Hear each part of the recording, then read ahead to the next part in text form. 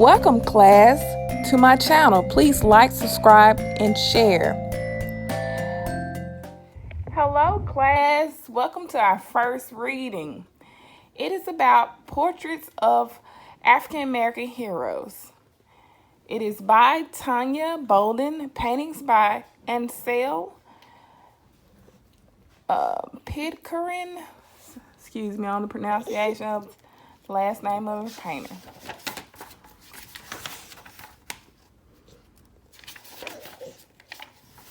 Okay, so first we will read about Matthew Henson. So some of us aren't as familiar with Matthew Henson as we are with other figures. He was born on August the 8th, 1866 in Charles County, Maryland, and died on March the 9th, 1955 in New York City. Okay. On April the 6th, 1909, Matthew Alexander Henson, the son of Maryland sharecroppers, was on top of the world, literally. This was the day that he and Robert Edwin Perry, a white man, along with 4 Indian aides, became the first people to set foot on the North Pole. Many scholars contend that had it not been for Matt Henson Perry, the expedition's commander would never have fulfilled his dream of planting an American flag at the North Pole. Henson had been indispensable to Perry for years. The two first met in 1887. At the time, Henson, a former seafarer who had traveled to Asia, Europe, and Africa, was working in a men's clothing store in Washington, D.C. Perry, a lieutenant in the Navy Civil Engineering Corps, came in shopping for a hat. He was also in need of a personal servant for a journey to Central America to scout out route for a canal in Niagara that would connect the Atlantic and Pacific Oceans.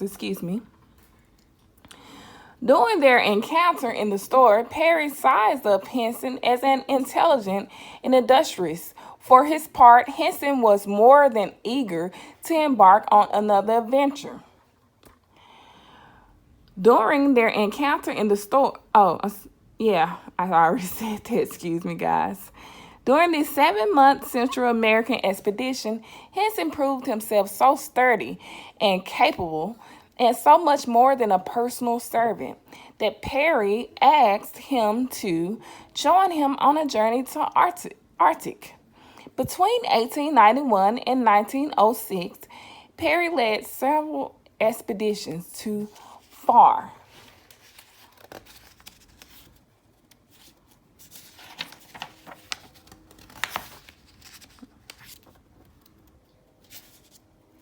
Oh, let me get this page, guys. All right, got the page.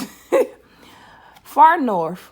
Triumphs including reaching the northern points of Greenland in 1892 and proving that Greenland was an island, and coming within 175 miles of North Pole in 1906.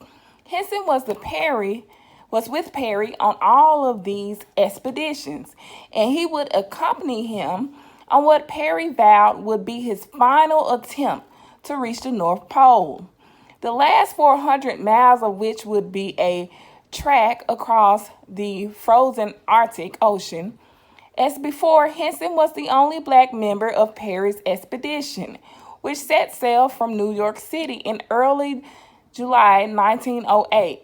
They docked west of the northern tip of Greenland at Cape Sheridan on Ellesmere Island in early September, then came to westward march to the islands of Cape Columbia, where the Perry readied themselves for the final push in late 1909. Henson work included building igloos, building and repair sledges that could bear upwards of 500 pounds of provisions, hunting for musk dogs, breaking trails with a pickaxe. Excuse Mandela.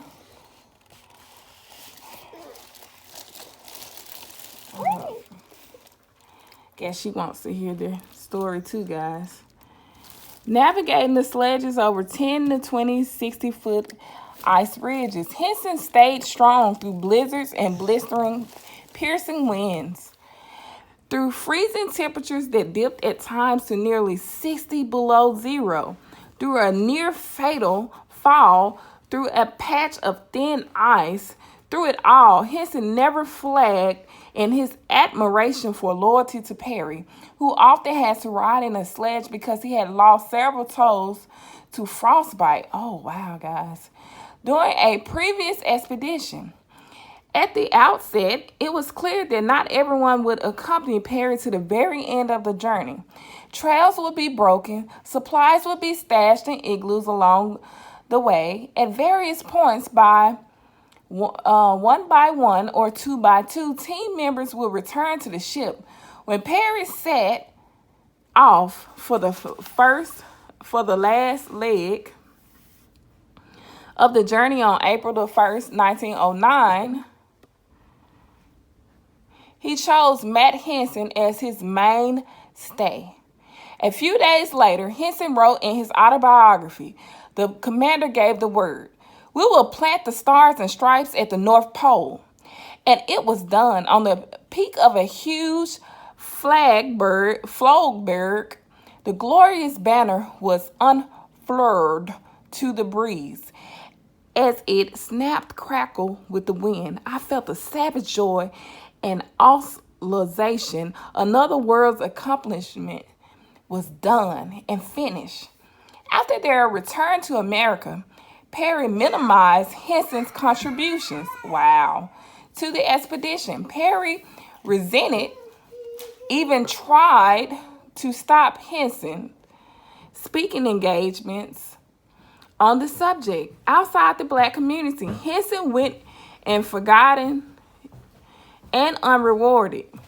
Henson did eventually get his due in 1944.